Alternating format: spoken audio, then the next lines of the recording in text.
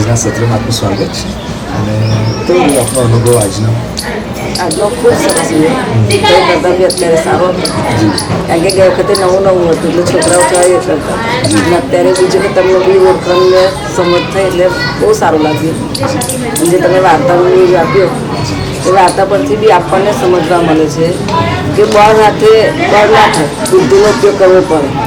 જો બે વાંદરને બે લડી પડ્યા હોત તો એટલી જાન પણ જે વાંદરે બુદ્ધિ વાપરી તેની બુદ્ધિથી એનો વિકાસ થયો. એવી રીતે બાળકોને બી આપણે કહીએ કે લડવા ઝઘડવાનું નહીં.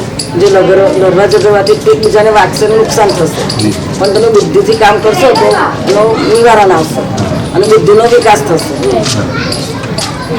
જાનહાનિ જાનહાનિ નહીં, કોઈને વાગવું કે કોઈને મન દુઃખ ના થાય. પણ ધીમે બુદ્ધિથી વાત કરી કે વાંદરને એકી વાત કરી તો એને લડ્યો હોત પાણીમાં તો મગર જ હારવાનો હતો. કારણ કે વાંદર જ હારવાનો હતો. કારણ કે મગરને તો તરતાને બધું આવે છે એનું એવું જ છે, પણ વાંદરને નથી કર્યું. એ ખાલી ઝાડ ઉપર જ મન પાણી એટલે એને બુદ્ધિનો ઉપયોગ કરી અને નદીમાંથી બહાર નીકળવા માટે જીવ બચાવવા માટે ઘણા લડે છે, ઝઘડે છે. એ રીતે મનુષ્ય બી લડે છે. એકબીજાને લડવાથી એ કરવાથી થાય છે. સમજણ, સાચી સમજણથી બુદ્ધિનો ઉપયોગ કરે માનવી બી તરી શકે છે. જે રીતના વાંદર બી તરીને ઉપર આવી ગયો એ રીતના માનવી બી છોકરાઓને મેં બુદ્ધિ ના હોય છોકરાઓ વધારે માનતા હોય કોઈ બી વસ્તુ ના.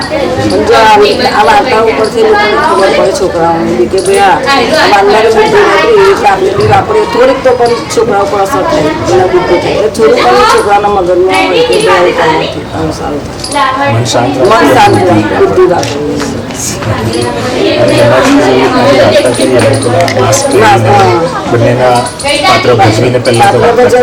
પહેલી વ્યક્તિ શું કરી કે બાળકોને આનું ખબર પડી પ્રાણીની, પક્ષીની.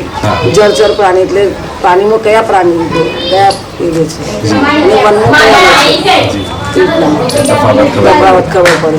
આપણે નાના છે પણ મોટા છોકરાઓને જળચર પ્રાણી અને વન્ય પ્રાણીમાં લખવું હોય તો એ લખી શકે કાચબો પાણીમાં તરી શકે છે, વાઘ જંગલમાં રહી શકે છે. એ રીતના બધા સ્ટેપ પર થઈ શકે તફાવત સમજે ઓળખ પડી જાય.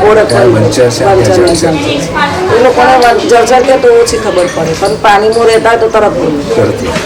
નાના છે ને મોટા છોકરાને ખબર પડી ગઈ પણ છોકરાઓ હતા મારે એટલે વનમાં એવું કે આપણે જંગલમાં રહે છે એટલે જંગલમાં કહીએ અને આપણે વનનો ઉપયોગ કરીએ છીએ.